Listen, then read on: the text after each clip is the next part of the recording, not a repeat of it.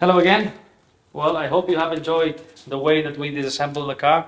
This is an Audi that we are doing full new paint, as the customer wanted a full high level, well, it's not a restoration, it's just a new paint in all cars. So we disassembled the full, well, all the elements, because this is the way we need to paint the car. So the mirrors, the handles, the rear wing, the bonnet, which now I already sand, and now I need to remove this dust.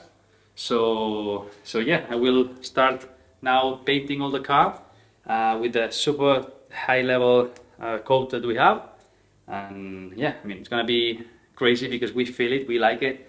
And I wanted to show at least a different car that we do. So we do classics, but we also do modern cars for those people who really want nice paint, because I think that you guys who are between and behind this screen, you like cars, and they have also a normal car that wants to have a new and nice paint, and we do that. So for Ferraris and Ford Escorts and for all the brands. So yeah, I mean, if you're willing to have a nice paint and so, just let us know, and then I continue putting some masking tape.